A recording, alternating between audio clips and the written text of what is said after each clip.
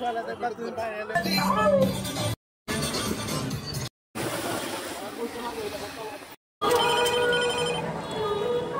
Everyone, তোমাদের সবাইকে জানাই আমার নতুন ব্লগে অনেক অনেক ভালোবাসা। পুজো তো এসেই পড়েছে, জানি আমার এই ব্লগটা খুব দেরিতে আমি পোস্ট করছি, কারণ আমি এডিটিংয়ের সময়ই পাইনি, একদম পাইনি। পুজোর জন্য তো ব্যস্ত ছিলাম, তার আগে তো পরীক্ষার জন্য অনেক পরিমাণ ব্যস্ত ছিলাম, তো তোমরা একটু ম্যানেজ করে নাও। সকাল সকাল আমি আজকে চলে গিয়েছিলাম পার্লারে, তারপর আমি পার্লারের থেকে ফেসিয়াল স্পা করিয়ে আমি চলে এলাম রাধানগর স্ট্যান্ডে, আর বাবা আমাকে কিন্তু নামিয়ে দিয়ে গিয়েছিল। আর রাস্তায় এসে এত কিছু সম্মুখীন করতে লাগবে আমি সত্যিই আশা করিনি। খোয়াই টু আগরতলার রাস্তা এত পরিমাণ খারাপ যে তোমাদেরকে বলে বোঝাতে পারবো না। তারপর এই ঝড়ঝাপটা পেরিয়ে আমরা আগরতলা এসে পড়লাম। চারিদিকের ওয়েদারটা এত সুন্দর লাগছিল, কি আর বলবো। আজকে একটু বেরিয়ে পড়লাম শপিং করার জন্য, আর চলে গিয়েছিলাম ভিটোর সামনে, আর ওইখানে তো এত জ্যাম ছিল, কি আর বলবো।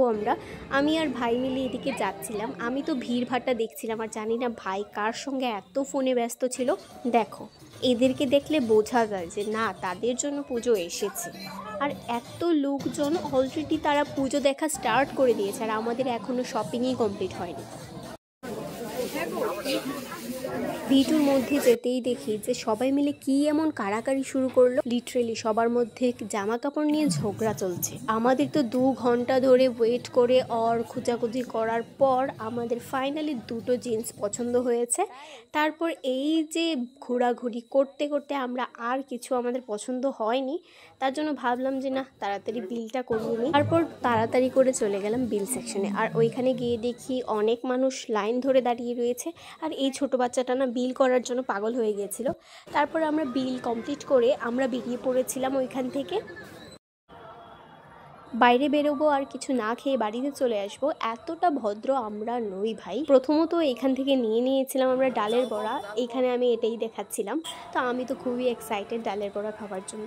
তারপর আমরা চলে গিয়েছিলাম একটু ফুচকা খাবার জন্য, বাট গিয়ে দেখি ওইখানে ভর্তাটা শেষ হয়ে গিয়েছিলো। দাদাকে বললাম যে তাড়াতাড়ি ভর্তাটা মাখো, তারপর দাদা তো তাড়াতাড়ি করে ভর্তাটা মাখলো, আর আমরা লিটারেলি এটা দেখে তো অবাক হয়ে গিয়েছি। সামনে ফুচকা রেখে ভাই আমি তো চুপ থাকতে পারি না, চুপ থাকতে কি আমার মুখ বুঝতেই তো পারছো গাইস। তারপর আমাদের প্লেটে সার্ভ করে দিল দারুণ মজার ফুচকা। তো আজকের ভিডিওটা তোমাদের কেমন লাগলো অবশ্যই কিন্তু কমেন্ট করে জানিও।